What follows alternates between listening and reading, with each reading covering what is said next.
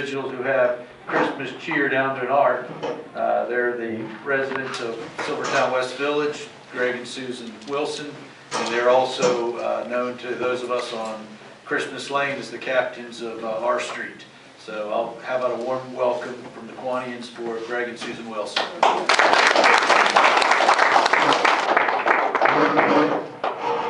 me about that Christmas cheer. Huh? Tell me about that Christmas cheer. Yeah. What an honor to be here amongst friends and to meet the new people I've met and yet to meet. Look forward to that. Now, he introduced Susan is coming up. I don't think she's going to come up. She's my timekeeper. She made me these bullet points, thank goodness. Wilson's on want to digress from time to time, and we'll just try to keep it going. There are many points on this little notepad that I have here that I could take off and do a whole thing on, because Christmas Lane has been around for a good long while for us folks in Thomaston. And in fact, I can't remember a Christmas not looking in the spotlights. But it all started with my dad.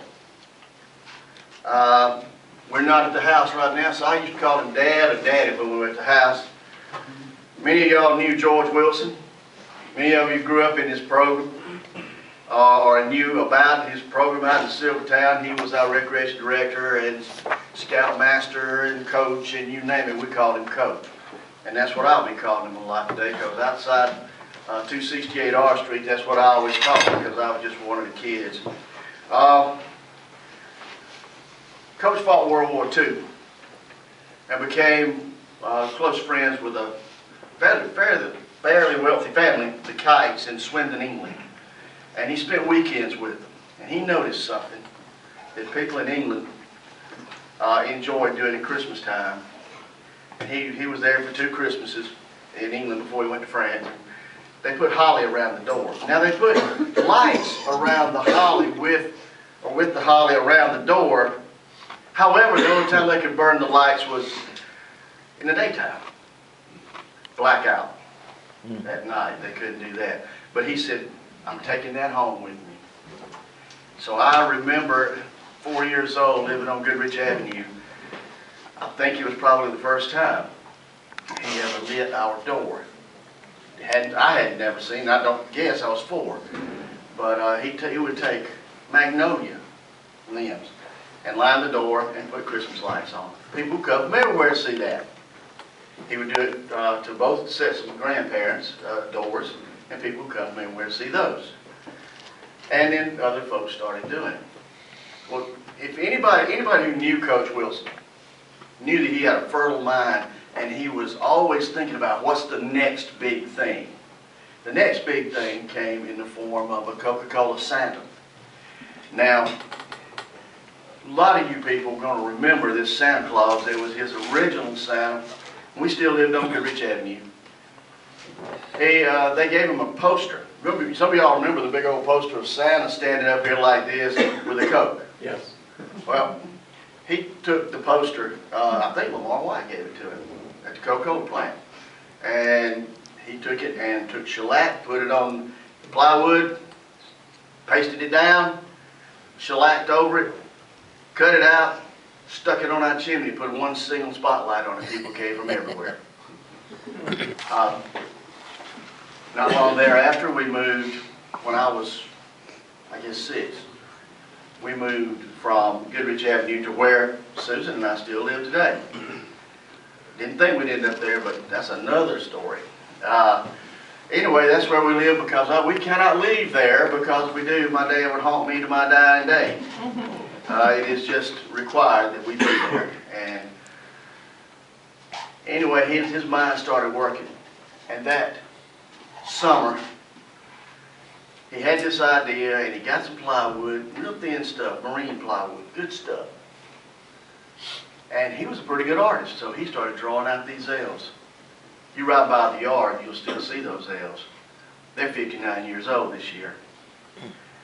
Some of them not so much, because some people would leave the community and they would leave the L's with him. So you got a diverse group of elves in our yard, I have to tell you. but some of them are indeed, and we have names for them sometimes. They're 59 years old. But he started with Candyland, a very small rendition of what it is today. Gee, I forgot to even look down at my notes. How about that? But he started with Candyland. He did Candyland 2 or 3 years and grew a little bit. Had this idea where he would take this, had a big elm tree in the yard. It was not killed by Dutch elm disease. He would wrap that thing with oilcloth, red and white oilcloth, out the limbs, the whole thing. Take big cardboard things from the mill he'd get, they were cores, and paint them like candy canes, hang them in that tree. Some of y'all remember those. I guarantee you do. And then finally Dutch elm got the tree, and so he had to come up with another idea. Let's move on to some other things. So that was in 1954 when he started that. Soon other yards jumped in. Ralph Underwood lived next door. Then later on he moved to Taylor County, became a state representative. And the next year he wanted something, which came a whole new way of doing things. He found some figures in coloring books, and he said, George, he said, can you reproduce these for us? Yes, I think I got the right thing. He goes back to Martha Mill, gets a opaque projector. We get out in the yard one night, stand up plywood, put the page from the coloring book under there, project it onto the screen, take some boot black, cut him out, paint him, got it. And many of the elves displays on the street are done that way. You can actually do it with a transparency projector now.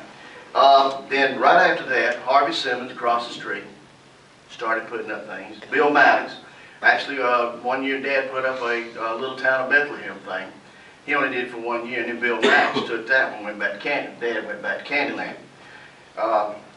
So we had Dewey Driver was one of the first people on the street to put a decoration up. His original is still there. If you ride by, you'll see the Looney Tunes for Bugs Bunny. And they used to have Wile E. Coyote. I'm not sure if they still do or not. Do you remember, Susan? They still have Wile E. Coyote. Tasmanian Devil at one time was stolen. And then one time somebody stole the Bugs Bunny, but some of the kids in the neighborhood told us about it, and we waylaid them, and we got Bugs Bunny back. So he's standing tall out in the Dewey Driver's yard today. So then in about 1971, 72, I guess it's 72, my Uncle Merle Wilson put up the Peanuts. So that's his original. We have some old things over there as far as being tradition on Christmas Lane. Now, it wasn't always a formalized thing. In 1971, Carlene Maddox and Earlene Simmons, Bill Maddox and Harvey's wives, were having coffee one day. The displays were up, and it came to them, we should formalize this thing, make a big deal out of it. And so they came to Coach and said, George, we want you to do this. Imagine that. And by the way, they had my mother with them at the time, so that pretty much ensured that was going to happen. And they said, we want to make this a formal thing. And he thought, why hadn't I thought of that?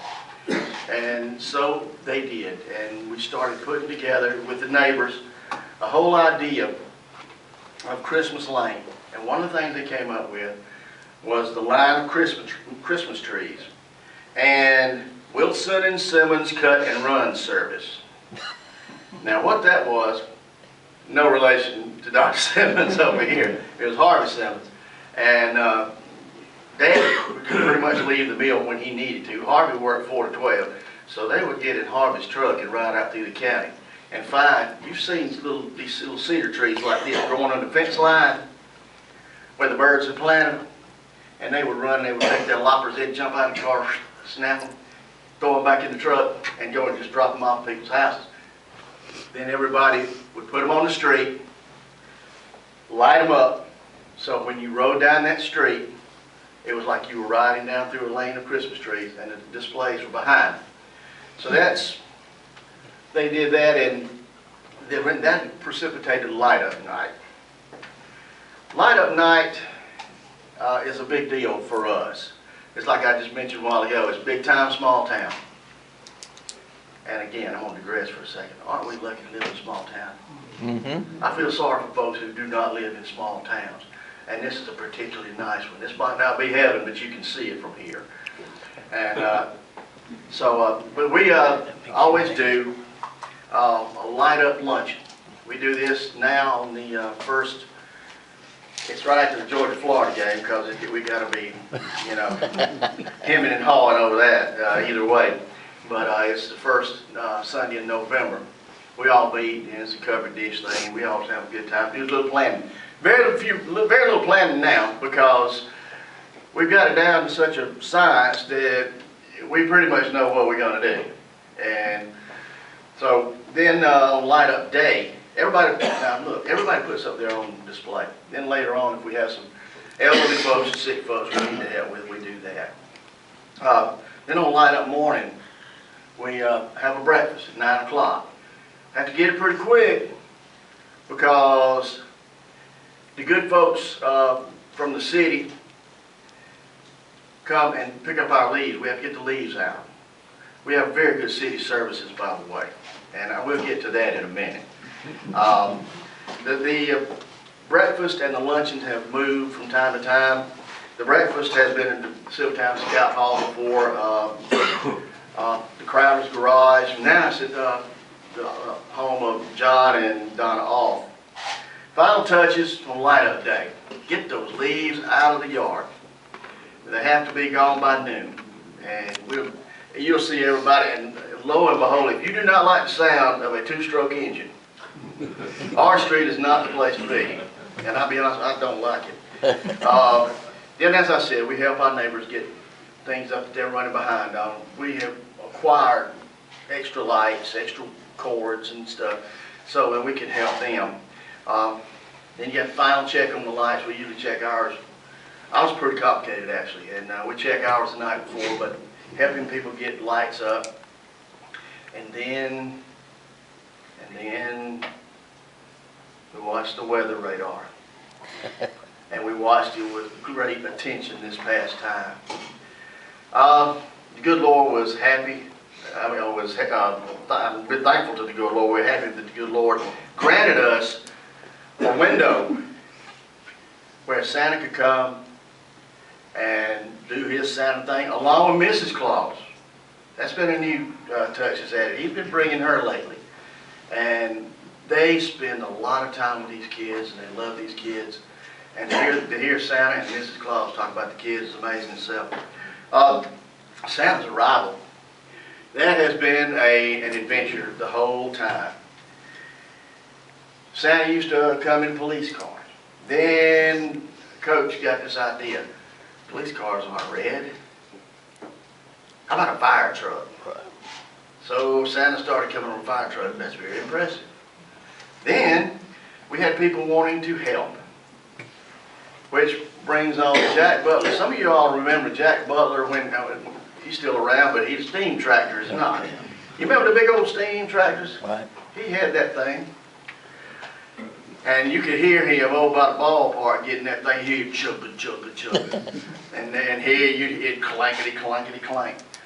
It sounded like a World War I tank coming up the street. And he'd have to run it up and he'd turn around and run it back, make sure everything was all right. It was a lot of fun. It's very impressive. He put lights on it. Then there's this one night, you know, we always get Santa's helpers to come to play the part of Santa Claus, because Santa's too busy at that time of the year. And this particular helper was riding on the steam tractor. And it seems that Jack's buddy, Luke Ellington, y'all don't know Luke now, do you? He was asked to flip this switch. Well, he flipped the wrong switch and poured water in on the coals.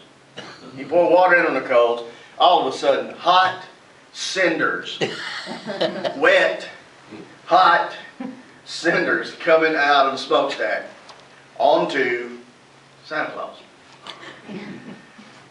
Needless to say, we had to get another helper the next year and another Santa Claus suit.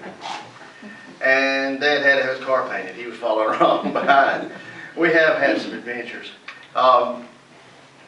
The next thing we had was, one of my most impressive things was Dr. Ken Morgan.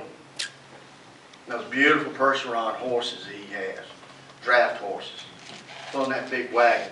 And on top of the wagon was like a slate, had a Coca-Cola thing on the side, sound would ride it on it, he put lights on it, it was gorgeous to hear those horses coming up the way. And he would actually go to Richmond Hill, Georgia. If any of y'all know where that is, it's just below Savannah.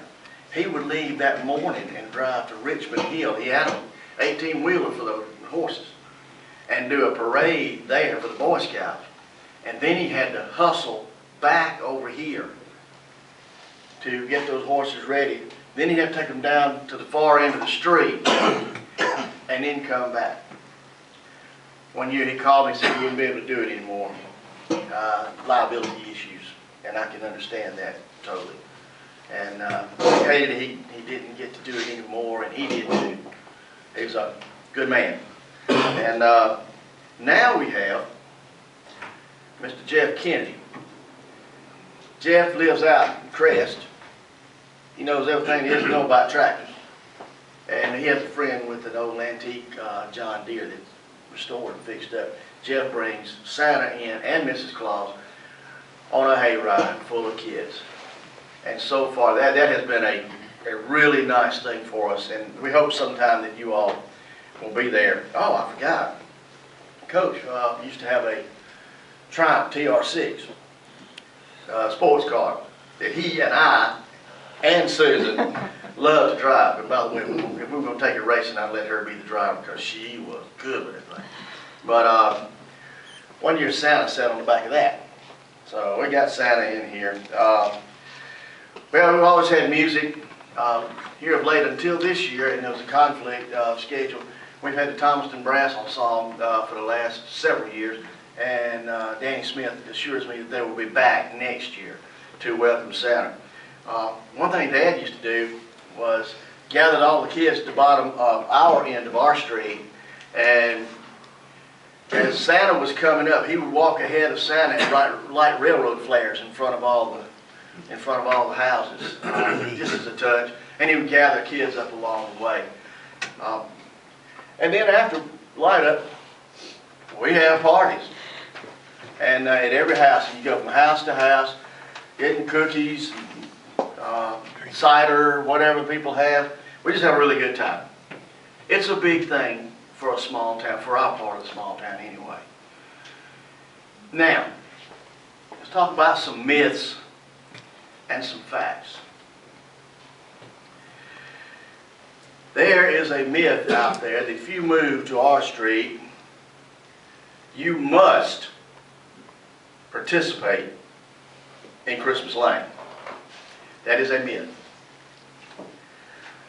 Hey look, we're freedom-oriented folks while we still can be.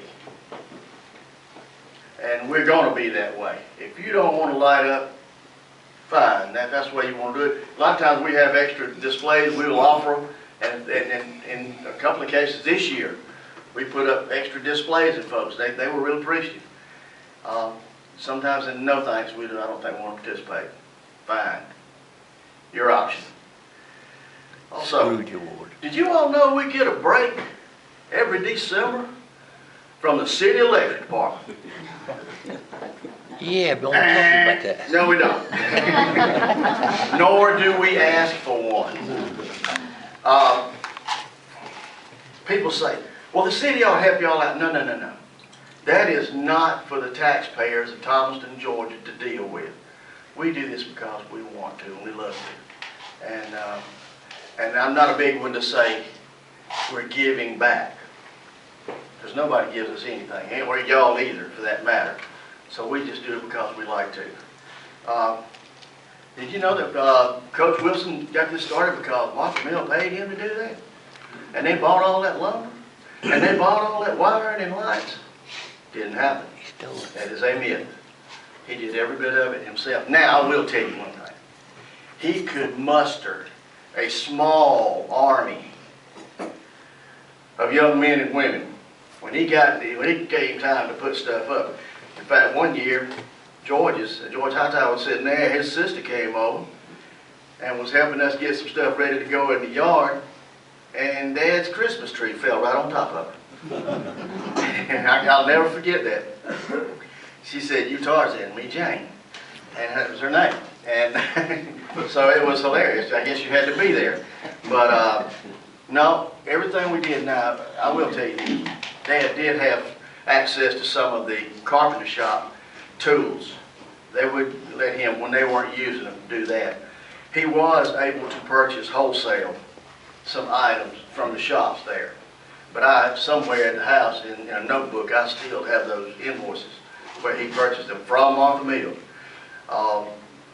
And he was able to go through the scrap bins and get things from there. Otherwise, everything else was bought. He had a lot of different displays. One year, I got to tell you about this. It's not on my notes. Again, digressing. Okay, she's telling me to go. He built a cabin in the front yard, complete with smoke coming out of the smokestack, with a Christmas tree in the window, and he lit it with black lights. The cabin was dark, but you could see where the logs were. Black lights. He had black light painted the elves, and it just glowed.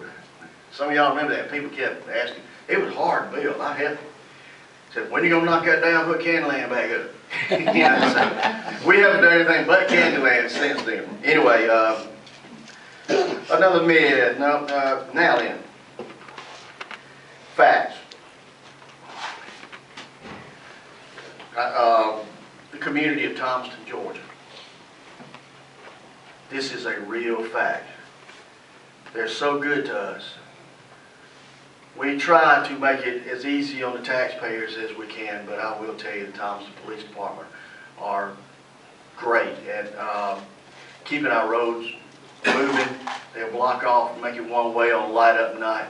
Lieutenant Walker, we're very fortunate to have him. He is a real superb individual, as is the whole force. They also help us at Halloween a lot. Halloween's a whole other deal. Rodney Daniel with the electric department. Now, he doesn't live on that street, and he doesn't do this officially, but he's kind of our unofficial electrician on the street, and he does a great job in the city electric department. Parks and Recreation, getting the parking ready and all down at the bottom, down below the Waller's house. Different community things. We're going to have carolers this year. Every now and then on Saturdays we have people serving hot chocolate, just all kinds of stuff. We appreciate this community. I could go on. Some of the facts and fictions regarding Christmas Lane, but some of y'all need to get back to work. Now I understand that you do, and I hope I haven't kept you too long because I am wanting to speak for a while. No, Wilson is not that way. We know, and I hope you do too, there's some time, the time will come to realize that Christmas Lane is a finite entity.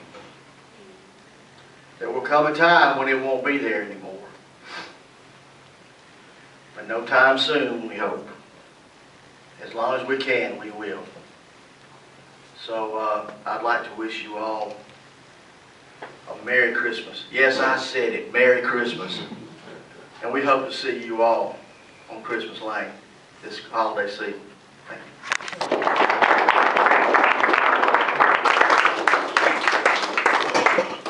Ray, thank you for sharing the history.